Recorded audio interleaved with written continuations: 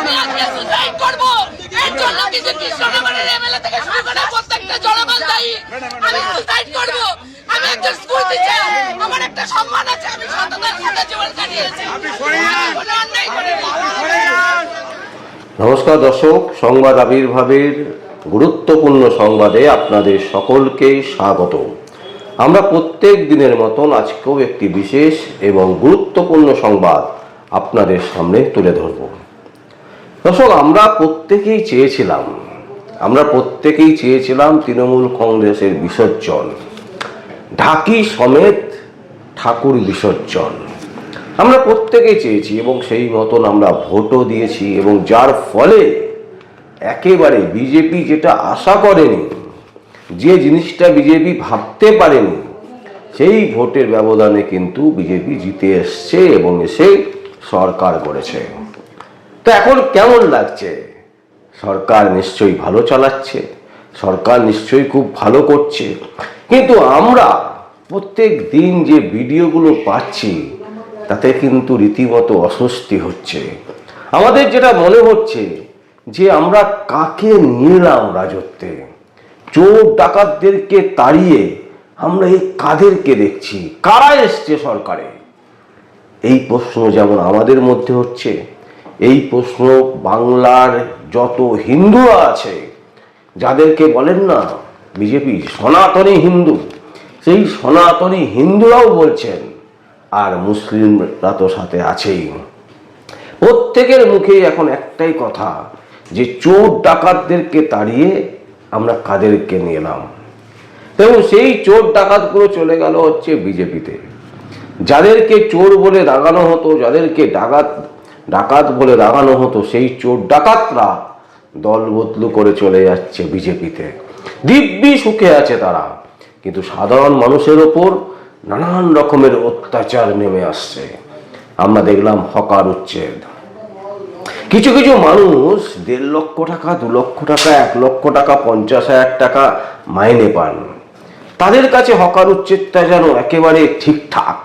তারা মনেও করেন, মনে প্রাণে তারা ভাবেন যে হকার উচ্ছেদ হলেই ভালো, রাস্তায় হকাররা বসবে না, ফাঁকা জায়গা থাকবে, তিনি বাবুদের মতন হেঁটে হেঁটে যাবেন বাড়ি, একেবারে দিব্যি, তার কোনো অসুবিধে হবে না, ট্রেনে লোক কম থাকবে, যত লোক কম থাকে তত ভালো। এই হচ্ছে কিছু মানুষের চিন্তা ভাবনা। কিন্তু একটা বৃহৎ সংখ্যক মানুষ তারা ভাবছে হকার উচ্ছেদ হলে সেই মানুষগুলোর কি হবে। আবার কেউ কেউ বলছেন যে বড় লোকেরা নাকি শখ করে হকারি করেন। কি আশ্চর্য জিনিস! এই বাংলাতে আমরা এই ধরনের কথাবার্তাও শুনতে পাচ্ছি, দেখতে পাচ্ছি।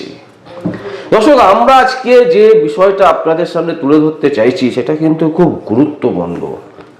একই কাণ্ড, স্কুলে ঢুকে শিক্ষকের গলায় জুতোর মালা পরাচ্ছে সাধারণ মানুষ।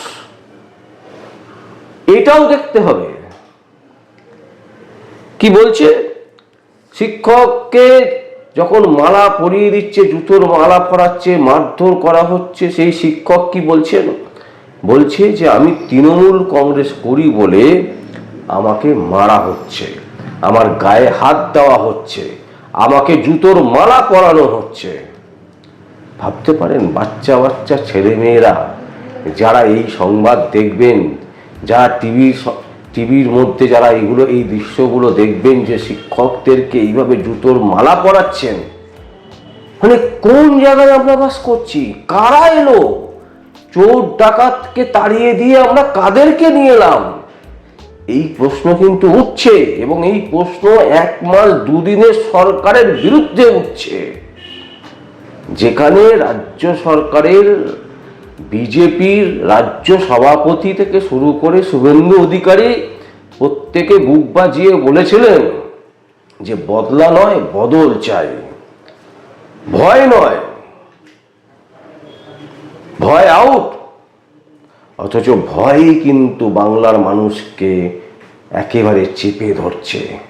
বাংলার শিক্ষক শিক্ষিকা থেকে শুরু করে হকার, এরপর ডাক্তার, উকিল, সবার উপরে এই ধরনের বল প্রয়োগ চলবে, যা মনে হচ্ছে, যা দৃশ্য প্রতিদিন ভেসে আসছে, তাতে করে এটাই মনে হচ্ছে যে ভয় ইন হলো, ভয় কিন্তু আউট হলো না। বাংলাকে সর্বনাশের দিকে আমরাই নিজেরা ঠেলে দিলাম। আমরা এতটাই আবেগপ্রবণ হয়ে গেছিলাম, আমরা এতটাই মমতা ব্যানার্জি এবং তার দলের প্রতি বিরক্ত হয়ে গেছিলাম, এতটাই তাদেরকে আমরা ঘৃণা করতে শুরু করে দিয়েছিলাম, সেই ঘৃণার পাপ আমরা এতটাই নিজেদেরকে এতটাই চালু মনে করছিলাম, এখন সেই চালাকির দ্বারাই আমরা আমাদের গলায় দড়িটা দিয়ে ফেলেছি। বাংলার আপামর মানুষ কিন্তু এখন বুঝতে পারছে যে কত বড় ভুল করেছে আমরা। দেখুন দর্শক, আমরা সেই ভিডিও আপনাদের দেখাচ্ছি, যে ভিডিওতে দেখা যাচ্ছে যে পশ্চিম মেদিনীপুরে দাসপুরে এই ভয়ঙ্কর কাণ্ড ঘটেছে।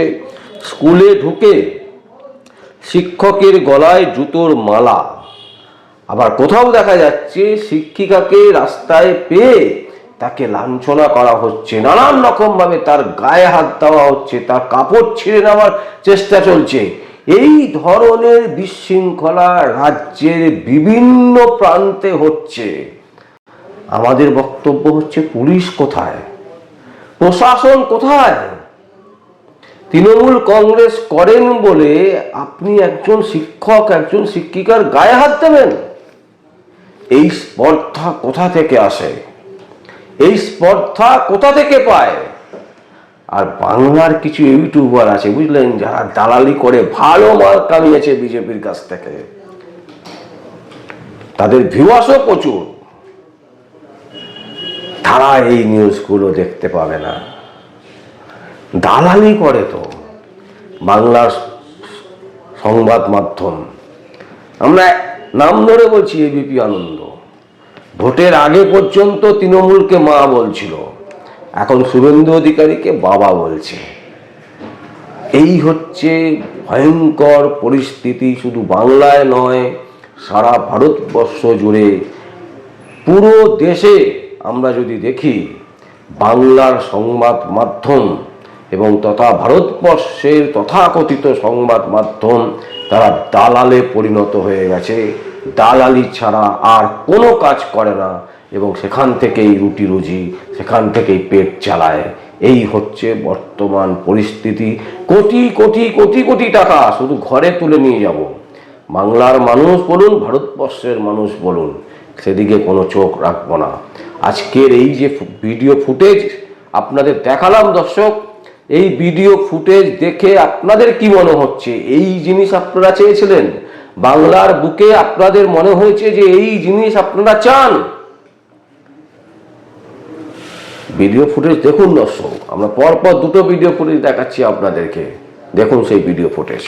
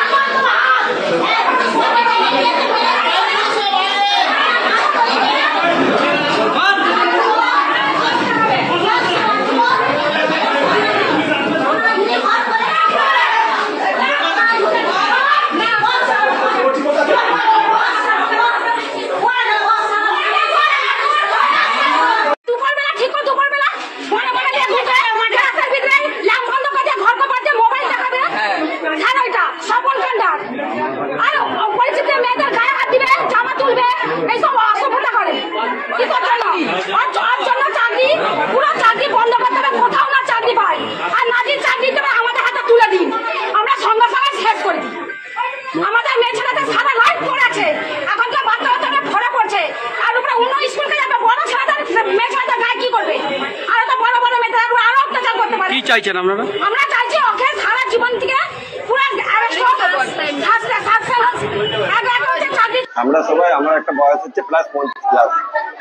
আমরা ছাত্রদেরকে পুত্র শ্রেণী ভালোবাসি এবং আদর করি।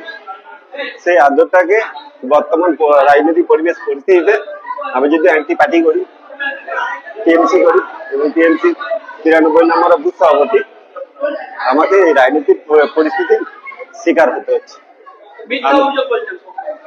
যাই হোক, আমরা চাইছি যে যদি কারো এই বিষয়কে কারো কাজে আঘাত দিয়ে থাকি, তারা যদি মনে করে বিষয়টা দৃষ্টিকটু, তাহলে আমি তাদের কাছে এই আপনাদের সংবাদ মাধ্যম ক্ষমা চাইছি যে বাচ্চাকে আদর করা সেটা অন্যায়, মিথ্যা অভিযোগ।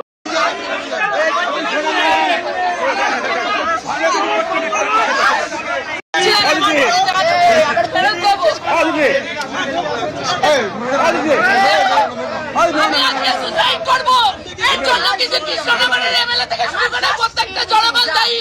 আমি সুসাইড করব, আমি একজন স্কুল টিচার, আমার একটা সম্মান আছে, আমি সততার সাথে জীবন কাটিয়েছি, কোনো অন্যায় করিনি।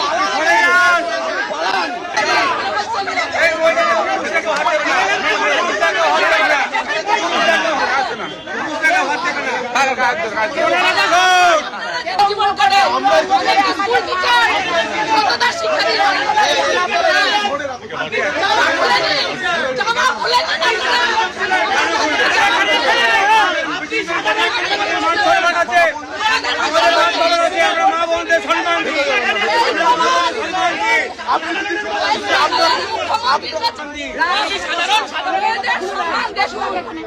মেয়েদের সম্মান দেখা শাড়ি বড় সম্মান, এটা এই সম্মান সমাধান।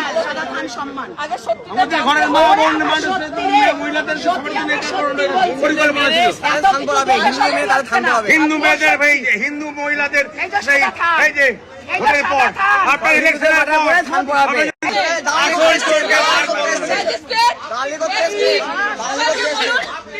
সবাইকে বলুন আপনি চলে যান, আপনার চলে যান। ও যাবে না, এখানে রেখে দেবো, পুলিশে দেবো, এটাও পুলিশে দেবো, এটাও পুলিশে দেবো। কাজলদা দেখো,